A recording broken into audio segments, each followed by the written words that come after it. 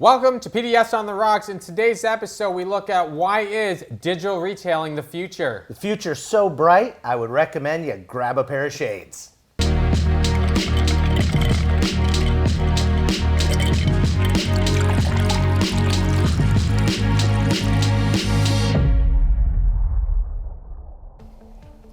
Welcome to PDS on the Rocks. I'm Jason Beckett. With me, I have Barrett Schrader and Matt Lowry. Today, we're going to be looking at why digital retailing is the future. As an industry, if we don't adapt, we die.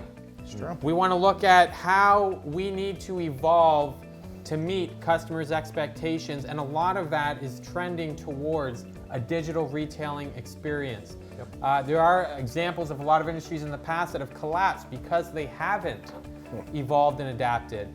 As an example, Kodak back in 1975 created the first digital camera. They did? Yeah, they did, and they decided to actually scrap it because the executives were worried that it was going to cannibalize or destroy their business because they were primarily in the imagery sector. So they ended up shelving the whole product, but it didn't stop evolution, right? A few years later, Sony came out with their first digital camera, and the rest is history. Wow. When's the last time you bought any Kodak film? Right. Well, another one sticks out to me. Yeah. Any other examples from you? Yeah, it wasn't as long ago as 1975, but one that did happen pretty early on was Blockbuster. Do you see Blockbusters anymore? No. You know, Netflix completely wiped them out. They did. Any others, Matt, that you can think of? So, and for me, I going back to what really started the whole digital retailing, Amazon. Before Amazon, we had Sears, and what did Sears do? Catalog sales. Yeah. And Sears was reluctant to go away from that model because they were so successful with it for so long. They missed the boat. And now Amazon came in the early 90s, and look, people haven't bought from Sears and Forever, right? They're all closed down. But if you look at Amazon, 5 years ago, who bought from Amazon? Not me. Tell me who hasn't bought from Amazon now? I do every day. We all do, right? You buy everything, and not only that, but now rather than taking a week to deliver, it's showing up in a few hours. Maybe even by drone. Right, yeah, you and your drones. All right, so where does this all start? So why do we need to do this? Because understanding that today's customer is more and more comfortable with making purchases online. Just a few years ago, that wasn't the case. But now everybody is completely comfortable with doing their entire transaction online. So understanding that, they are comfortable doing it, they can go online, they want the information there, so we need to embrace that and stop fighting against the customer. Yeah, another reason that we feel digital retailing is really going to take over the market is because, as we know, customers are doing 14 hours of research online before they purchase a vehicle. More and more, they're spending time online making those decisions, doing the vehicle selection. It's a natural extension for us to take that next step down the funnel, whether it's looking at trade-in, whether it's looking at payment options, ultimately to purchasing the vehicle. Yeah. Well, I think another one too, and I'll be selfish in this area, I want to move at my speed. I want to be able to make the purchase, at the speed I want. We referenced it in the last episode, right? One person, one price, 1 hour. We know that's going to be tough to get to, but it can be done. But I want to be able to do it on my own accord. Right, not having to follow what the dealership wants, right. Doing it at your pace. Love that. And also understand who are our audiences now. Who are the customers that are coming in and buying? Millennials are here to stay.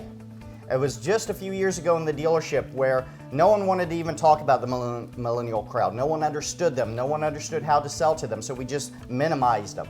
They are over 50% of the workforce now. They are the consumer that is driving our industry. We have to embrace it now. We have to stop fighting it, and we have to present it in the way that they're comfortable with, which they're very comfortable. They've been born and raised in this environment. That's how they're used to doing business. We need to embrace that and cater our selling process to how they want to be presented. Yeah.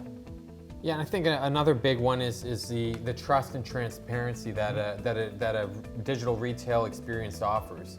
You get the instant price. Yep. You get the detail. You get the honest reviews from other consumers. So I think that's a big important part.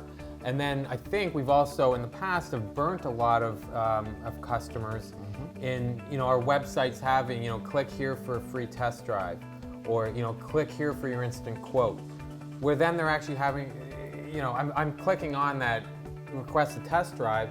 Is that really requesting a test drive? Especially the Or quote. is that just a lead form for Right. someone to then try calling me back and sell me on something, or get me into the store? Yes.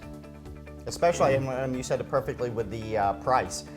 Here, click here to get the price. We click there, but you're not giving me the price. It's just give me your information so I can call you and harass you. And that's a big thing. And when in other episodes, we're going to start looking at the strategies for a successful digital retailing experience.